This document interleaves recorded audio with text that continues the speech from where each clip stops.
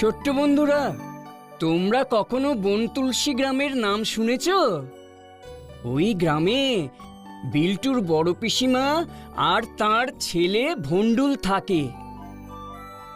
পরীক্ষার পরে স্কুলের ছুটিতে বিল্টু ওর বড় পিসিমার বাড়ি ঘুরতে গিয়ে এক অদ্ভুত অভিজ্ঞতার মুখোমুখি হয়েছিল। আজ সেই গল্পই তোমাদের বলবো।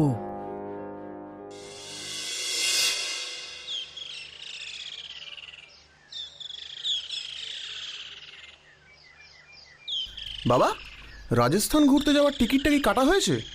রাজস্থানে বোধহয় এবার যাওয়া হবে না। কেন? আরে আমার এ সময় বেশ কয়েকটা জরুরি মিটিং পড়ে গেছে, তাই এবারের ট্যুরটা বোধহয় ক্যান্সেল করতে হবে। তাহলে এই ছুটিটা আমাকে বাড়িতে বসেই কাটাতে হবে? তাছাড়া আর কি করবি বল দেখি? আইডিয়া! মা, আমি তো বনতুলসী গ্রামে বড় পিসিমার গ্রামের বাড়িতে যেতে পারি। বহু বছর হয়ে গেল যাই না। এই বৃষ্টির সময় গ্রামে জলকাদার মধ্যে যাবি? বৃষ্টি? কোথায় বৃষ্টি? এই এক আধ দিন বৃষ্টি হচ্ছে, আবার 4 দিন কি গরম পড়ছে, দেখছো না? আর এই জন্যেই তো গরমকালে আমার পাহাড় থেকে নামতেই ইচ্ছে করে না। কিন্তু তুই একা চীনে যেতে পারবি? কেন? আমি অন্তুকে সঙ্গে নিয়ে যাব। অন্তুও বলছিল বনতুলসী গ্রামের কথা, আর বড় পিসিমা অন্তুকে বড় ভালোবাসেন, ও গেলে খুশিই হবেন। বেশ, যা, দুদিন ঘুরে আয়।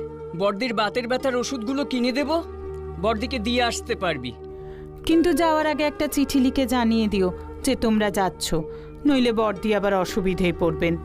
ঠিক আছে মা, আজ বিকেলেই আমি অন্তুর সঙ্গে কথা বলবো। আমি বনতুলসী গ্রামে বড় পিসিমার বাড়ি যাচ্ছি, তুই যাবি অন্তু? আলবাত যাব। ইয়া, একবার মাত্র গেছিলাম, কি সুন্দর গ্রাম রে। আর তোর পিসিমার হাতের রান্না, আহা, কোনোই অবধি চেটে খেতে হয়, এত সুন্দর। আর ভন্ডুলদা তো আছেই। তাহলে সামনের শনিবার সকালের ট্রেনে রওনা হব, কি বলিস? বটেই তো, আমরা ভন্ডুল দাদার সঙ্গে খুব খেলবো, সাঁতার কাটবো আর প্রাণ ভরে বিশুদ্ধ অক্সিজেন নিয়ে আসবো।